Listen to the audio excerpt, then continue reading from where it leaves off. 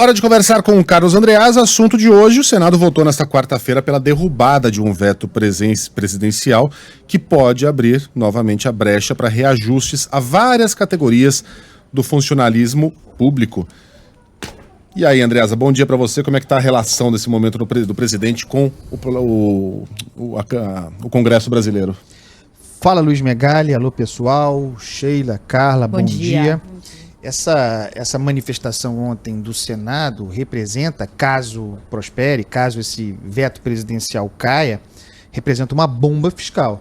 A expressão é essa, né? E curioso é que o governo foi pego de surpresa. A manutenção desse veto, vamos lembrar, compunha um acordo com o Congresso em troca daquele pacote de ajuda financeira a estados e municípios para o enfrentamento da Covid-19.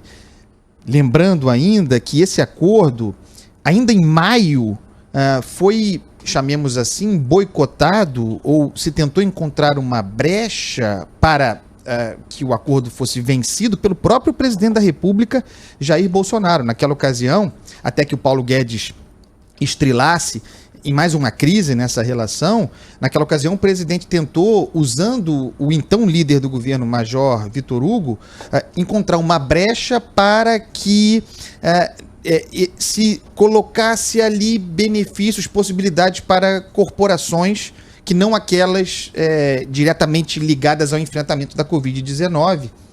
O Guedes, naquela ocasião, reclamou e o presidente, depois de tentar, o presidente acabou vetando, né, e, portanto, naquela ocasião, legitimando o acordo. Só que o presidente fez aquilo, vamos lembrar também, no último minuto do prazo, né? Ele deixou correr um período até o limite para vetar e, com isso, permitiu que se passasse uma boiada. Vários aumentos salariais de servidores Brasil afora ocorreram naquele momento. Esse é o veto apreciado agora, né? O Senado derrubou, e devo dizer que o Planalto, em função desse histórico mesmo, não fez qualquer esforço pela manutenção do veto, pelo menos no Senado, e agora a discussão vai para a Câmara. Essa votação poderia ter acontecido ontem, logo depois da votação no Senado. Houve uma mobilização do governo e se conseguiu, no susto, empurrar a votação, tudo indica, para hoje. Vai ser um ótimo teste para o novo líder do governo, o deputado Ricardo Barros, que é um político profissional. Vai depender muito também de como o Rodrigo Maia encaminhará essa discussão. Não é caso perdido. Eu conversei com alguns deputados e há sim chance de, negando a decisão do Senado, a votação do Senado, de o veto do presidente ser mantido na Câmara. Mas o que eu queria dizer aqui, o que eu acho importante é fazer uma leitura, tem a ver com uma coluna passada aqui nossa, sobre a relação do Davi Alcolumbre com o Senado, do presidente do Senado com os senadores, à luz da sua campanha explícita para presidente daquela casa, para presidente do Congresso. O Senado ontem, aliás, nos últimos tempos, tem se mostrado muito rebelde e fiscalmente irresponsável. Tem uma competição com a Câmara, sem dúvida nenhuma, né? A Câmara tem sido muito protagonista e o Senado tem, por razões obviamente políticas, se organizado para ser um contraponto às decisões da Câmara, o Senado querendo mostrar a própria existência, o próprio vigor. Mas há uma questão interna do Senado colocada aí. E essa derrubada do veto ontem parece uma mensagem muito clara. É uma mensagem para o presidente Jair Bolsonaro, Megali, mas também para o Davi Alcolumbre. É uma mensagem dos senadores para o presidente e para Alcolumbre, sobre Alcolumbre.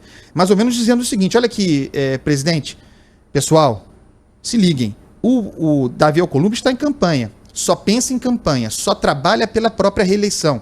Só trabalha por conseguir, no Supremo Tribunal Federal, o jeitinho para poder disputar a reeleição. E abandonou a agenda do Senado. E com isso, querendo se mostrar, querendo conquistar o presidente Bolsonaro, querendo se aproximar do governo, ao fazer esse movimento, negligencia os interesses do governo no Senado. Me parece muito claramente esse o recado. Olha, o presidente do Senado, o Davi Alcolumbre, não tem esse poder todo aqui, não tem esse controle todo da casa, de modo que apoiar a sua reeleição não é garantia para o governo de ter um Senado fiel à agenda do governo. Para mim foi muito claramente essa a mensagem. Essas mensagens têm sido dadas para o Senado, ao presidente do Senado e ao presidente da República, em função desse grave erro cometido por Davi Alcolumbre de se lançar em campanha, antecipar uma campanha em meio a uma pandemia, uma campanha por reeleição, driblando a regra. Porque a lei está aí, a Constituição está aí, o presidente do Senado não poderia disputar a reeleição, está tentando um jeitinho, e jeitinho é sempre um problema, porque frustra expectativas políticas dentro do Congresso. Já havia outros candidatos, inclusive que apoiaram a eleição de Davi Alcolumbre lá atrás, em 2019, querendo essa vaga. O presidente do Senado só pensa na reeleição, prejudica a agenda do Senado, e a conta é essa aí, né? Tudo de que o Brasil não precisa nesse momento. Vamos ver o que a Câmara nos diz hoje, pessoal.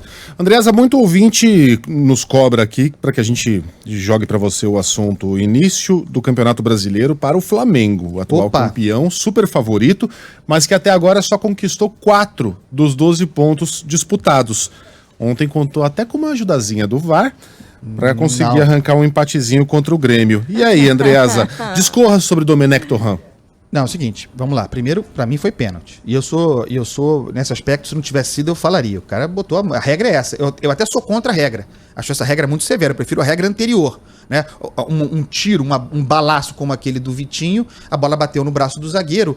Não dá pra dizer que o cara quis botar o braço na bola, mas segundo a regra atual, aquilo configura pênalti. Então, pênalti configura pênalti. Não, concordo, não disse que não foi, só disse que houve a ajuda do VAR. Não fosse o VAR, não seria pênalti marcado. Bom, mas se tivesse VAR em 89, o Botafogo não seria campeão estadual naquele pênalti em que naquela jogada em que o Maurício empurrou o Leonardo. Se minha avó tivesse rodinha, não seria minha avó, seria o skate. Mas, Megali, é o seguinte, o Flamengo começou muito mal, eu acho que tem uma desmotivação muito grande do time, aquela conta de 2019 é muito alta, né? A manutenção daquele padrão é muito difícil, houve um relaxamento, a pandemia prejudicou o time em termos físicos, o time não está no melhor rendimento físico, o ataque está muito mal, aqueles que faziam a diferença no ano passado, o Gabriel, o Gabigol e o Bruno Henrique estão mal. O Gabriel está mal, claramente mal, não consegue finalizar, está sem ritmo, e o Bruno Henrique, que era o tempo de bola em pessoa, perdeu. O único jogador do Flamengo que mantém o padrão de 2019, a meu ver, é o Gerson, um monstro,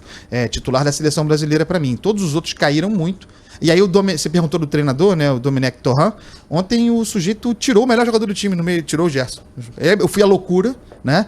Quase quebrei alguma coisa em casa, mas eu resguardei a civilização. O Flamengo jogou mal, o empate não foi merecido, acho que o Grêmio merecia a vitória, mas tem muito campeonato pela frente ainda. O time é bom, os jogadores são bons, vamos ver se eles conseguem se reaver, mas definitivamente não é uma boa quadra para o Flamengo, Luiz Megali. Acho que eu fui bastante imparcial nessa político.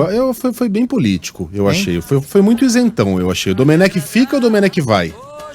Ele vai ficar. Não sei se ele deveria ter vindo, mas ele vai Agora sim. Qual a trilha sonora do dia, Andreasa? Isso aí é Festa da Massa, tá falando do Flamengo, né? Festa da Massa, Alcione, eu adoro esse samba. Sobe o som. Beijo pra você, Andreasa, até amanhã. Beijo.